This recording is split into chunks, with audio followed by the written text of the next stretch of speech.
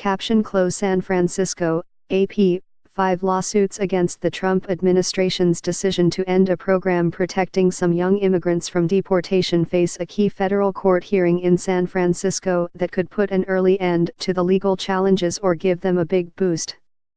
U.S. District Judge William Alsup will hear arguments on Wednesday to determine whether to block President Donald Trump from rescinding the Obama-era Deferred Action for Childhood Arrivals program while the lawsuits by California and other plaintiffs play out in court.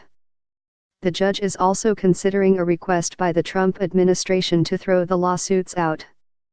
Alsup is not expected to rule immediately. DACA has protected about 800,000 people who were brought to the U.S. illegally as children or came with families who overstayed visas.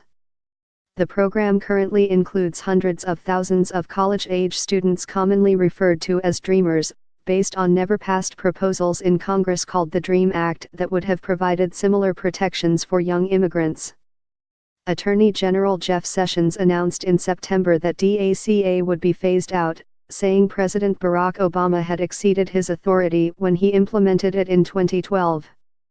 The move sparked a flurry of lawsuits in different federal courts across the country, including one in New York that was filed by 15 states and the District of Columbia.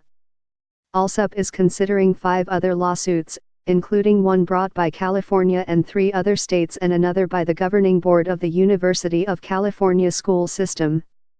The lawsuits seek a court order blocking the administration from rescinding DACA, saying the decision has not been reasonably explained and is causing catastrophic and irreparable harm to DACA recipients by forcing them to decide whether to leave schools, jobs, and even family members in the U.S.